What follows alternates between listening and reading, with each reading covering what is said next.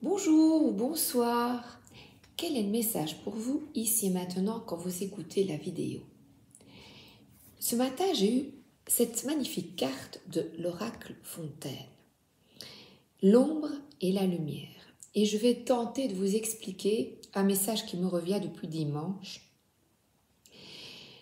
J'espère que je vais pouvoir m'exprimer correctement afin de vous éclairer. Voilà. Là, ce sont nos faces d'ombre. C'est-à-dire que quand nous naissons, on va dans une famille. Une famille avec des personnes qui ont été éduquées d'une certaine manière, qui vont reproduire ou pas certaines actions, certains modes d'éducation. Par exemple, un enfant battu a le choix, peut, oui ou non, reproduire ce qu'il a vécu.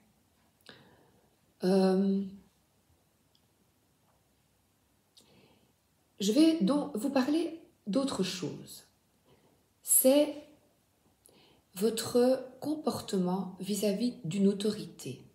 En fait, la manière dont vous avez été éduqué, eh bien, ça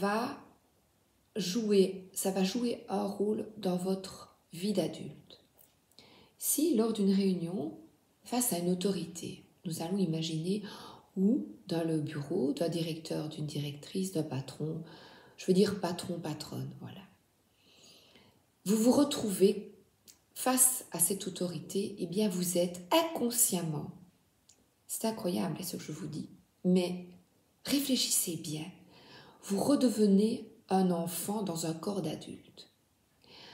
Je vais vous demander d'observer lors d'une réunion, et le patron ou la patronne a, lui ou elle aussi, une éducation. Et réagir, par exemple, de manière peut-être, je donne des exemples ici, d'après ce que j'ai vécu, d'après ce que d'autres ont vécu. Par exemple, mon mari, j'écoute, et il n'a pas du tout la même éducation que moi. Et je dis, tiens, comment toi réagis-tu face à cette autorité? Voilà, vous voyez? Donc ici, je ne vous expose pas que mes ressentis. Ce sont mes observations. Observations dans un groupe. Vous êtes 10 personnes face à une autorité. Patron, patronne.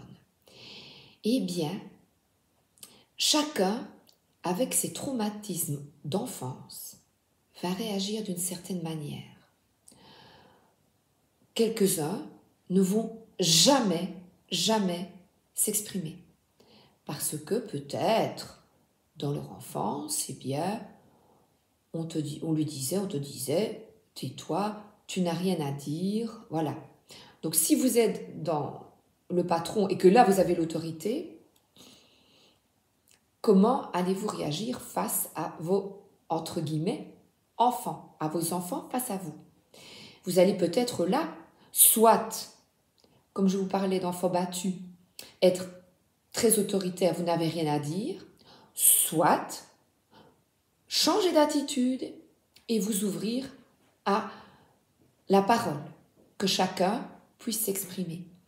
Il est évident que si pendant toute la semaine, la journée, vous êtes un ou une despote, lors de la réunion, il est clair que les gens aussi, selon l'attitude que vous avez et qui dépend bien, je recommence à ça, de la manière dont vous avez été éduqué. Prenez conscience de cela. Peut-être qu'il y en a qui vont penser, mais non, c'est pas possible. Réfléchissez, et si maintenant vous ne pouvez pas l'entendre, non, ce n'est pas possible, eh bien, commencez à observer. Je vais vous demander d'observer et d'y réfléchir, de poser une question, d'observer les gens autour de vous. Certains vont aussi être très agressifs, parce que dans le groupe, parce que ils n'ont pas pu s'exprimer et ils ont une colère entre eux ou un enfant battu. Donc il a une colère et se retrouve face à un patron qui impose des choses et il trouve ça complètement injuste. Donc il va se rebeller. Le travail de patron, patronne est extrêmement complexe et demande pour moi beaucoup, je dis jugeote, beaucoup d'observation, de compréhension, d'ouverture de cœur et c'est surtout accepter que l'autre puisse s'exprimer et avoir d'autres idées que vous concernant le travail, concernant des plans. Et ce qui est chouette dans une équipe, c'est que certains vont plutôt être axés sur le travail papier, d'autres sur ordi. Par exemple, moi j'ai horreur des ordinateurs, donc ça m'énervait, ça me mettait même en transe, ça me faisait pleurer, j'avais envie de jeter la machine. Voilà, parce que je ne maîtrisais pas la situation. À nouveau, pouf, on retourne à l'enfance. Quand je ne maîtrise pas, je perds pied parce que je perds la face. Vous voyez, là je vous explique, là je m'ouvre à vous, je perds la face. C'est difficile. Je perds la face en ne maîtrisant pas, en voulant contrôler. Et là, je ne sais pas contrôler. C'est quelque chose dans laquelle je ne suis pas douée. Donc, je ne sais pas contrôler de oui, oui, oui, oui, oui, oui, oui, oui, oui. Eh bien, vous savez ce qui est tout simplement. Eh bien, A prend en charge l'ordi. B va s'occuper d'autres choses qu'il aime vraiment. Ben moi, écoute, je suis super cool dans la communication. Moi, je vais aller voir le client. Moi, je vais aller communiquer. Ouais, moi, je suis cool là-dedans. Oh, moi, je suis à la réception. Moi, quelqu'un qui est un peu plus psychologue, qui sait discuter, qui va pouvoir peut-être canaliser les gens, qui avec plus de douceur, canaliser le client. Moi, voilà, comme j'étais astide, canaliser les parents. Eh bien, voilà. Et montrer l'exemple peut-être aux autres. Regarde, viens, regarde, tu vois, l'ordi, tu fais ça, ça, allez, panique pas, je te montre. L'autre, mais regarde, moi je sais vraiment bien communiquer parce que dans son enfance, c'était une famille aimante où l'on pouvait communiquer. L'autre ordinateur, eh bien, a plus de maîtrise de ses émotions. Donc chacun dans l'équipe a des facultés, mais a aussi de profonds traumatismes, de profonds tourments. Je vais prendre les cartes. C'est incroyable. Et c'est ma prof d'italien. On discute beaucoup toutes les deux. Et nous nous rendons compte, on se rend compte que... Et elle a dit, et c'est vrai que c'est des personnes plus âgées. Et elle dit, face à vous, eh bien, il y en a qui trichent, vous voyez, même adultes, eh bien, qui paniquent. L'angoisse de la page blanche. On a tous l'angoisse de bien faire. Et elle disait, la prof, bien que sa maman était instite et qu'avant de lui dire bonjour, la première chose qu'elle disait, c'est « Et alors, t'as bien travaillé à l'école ? Et quoi, ça va ? Et tes points, ils sont bons ? Et quoi, tu as 10 ? Ok, quoi, t'as 9 ? Mais enfin, qu'est-ce que t'as fait ? T'as pas réfléchi ? On a étudié la dictée. Vous voyez ? Quelle est votre attitude face à l'échec ? Face à la réussite ? Qu'est-ce qu'on vous a dit ? Vous deviez peut-être avoir 10 tout le temps. Vous voyez, je vous fais travailler, hein. Voilà. Et cette carte, c'est une introspection de tout ça, de tous ces tourments.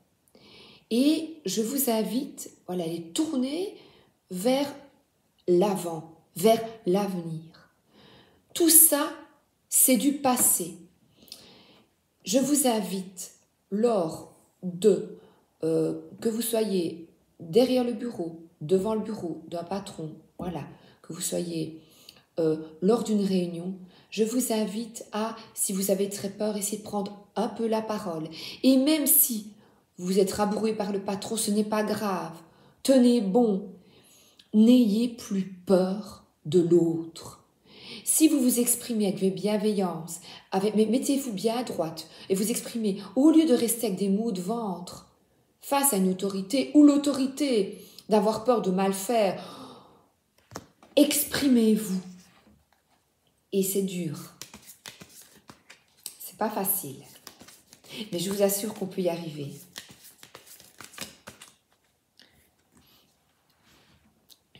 Ici, c'est encore quelqu'un qui regarde de l'avenir. C'est qui regarde vers l'avenir, qui regarde dehors. Et dehors où ne cherche pas des solutions extérieures à ce qui est interne, qui est profondément. Là, je vais vous demander, c'est une forme d'intériorisation de ce que je viens de vous dire, de compréhension. Tout ça, c'est pour que vous soyez mieux. De ce que vous cachez. Voilà, regardez. Parle, exprime-toi. Qu'est-ce que vous cachez? Quelle est la douleur profonde que vous cachez? Eh bien, ici, c'est simplement une introspection. Vous pouvez écrire, vous pouvez réfléchir et observer chacun dans une équipe. Eh bien, observez chacun. Et dites-vous, ah ben elle, ou lui, il est vraiment en colère. Ah ben là, il va s'exprimer et lui dit, ben non, vas-y, exprime-toi. Pourquoi es-tu en colère? Posez des questions. Et ça vous permet d'aller de l'avant, de quitter ces angoisses profondes qui vous envahissent la nuit. Parce que comme vous ne vous êtes pas exprimé, par exemple, voilà la personne qui se cache et qui a tout ça dans son ventre, quelle que soit la situation dans laquelle vous vous trouvez, d'autorité ou non, eh bien regardez, oh là là, et c'est la nuit, un coussin, et toutes ces blessures, que vous n'osez pas être honnête, de vraiment vous montrer tel que vous êtes, alors qu'il y a des fois, il n'y a pas mort d'homme, hein. Ça peut être, bien, j'aimerais bien avoir les chèques repas, plus de chèques repas. C'est pas, oui, c'est demander, face à vous, vous avez un homme ou une femme, et dites-vous aussi, avec des traumatismes, et eh bien, n'hésitez pas à vous ouvrir à l'autre. Ne pas vous cacher derrière les autres aussi. Ça, souvent, on prend une personne, nous on le faisait, c'est vrai, une personne qui va venir parler à la place des autres et tout prendre, parce que les autres viennent, ceux qui ne s'expriment pas, ils viennent parler, parce qu'ils sont, il y a une injustice, par exemple, une vraie, hein. Oh, non, non. Et devant, pouf, on se tait. Et il y a une personne qui parle, qui s'exprime. Et bien qu'elle s'exprime. Et les autres, tant pis. Mais en t'exprimant, toi, mais si tu le penses. Attention aussi, pour ceux qui osent prendre sa parole, de dire des choses que vous ne pensez pas pour être porte-parole. Vous voyez comme c'est complexe? Et ça vous amène à être beaucoup plus autonome et regardez, les gens sont beaucoup mieux dans le groupe. Parce que le fait de s'exprimer, eh bien l'autre se remet en question, l'autre réfléchit quand même. Hein, réfléchit, ah ben oui, est-ce que là, je ne suis pas allée trop loin? Oui. Les paroles peuvent aussi être violentes parfois, parce que là, il y a beaucoup de passion, de feu. Mais là, regardez comme c'est plus fluide. Alors, une dernière, et tout le monde danse, tout le monde est bien, regardez. Et on voit des amis qui sont bien, parce que elles montrent aux enfants, et là ça pourrait être, vous voyez, je parlais dans l'enseignement par exemple, des institutrices, des instituteurs, dans le monde de l'aide à l'autre aussi, dans tout ce qui peut être dans l'aide à autrui. Mais regardez, là c'est un épanouissement total.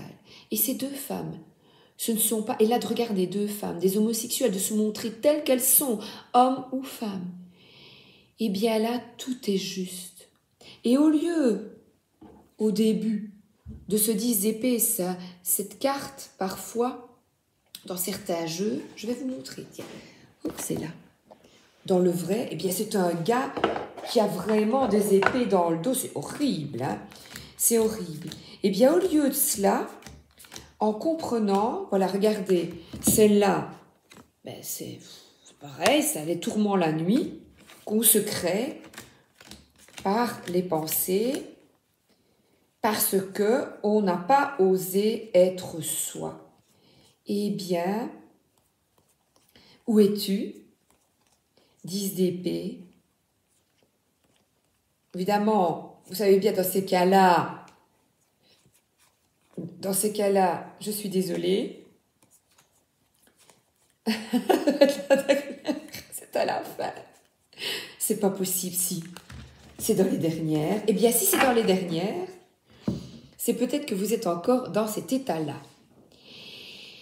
Eh bien, arrêtez de vous auto-flageller.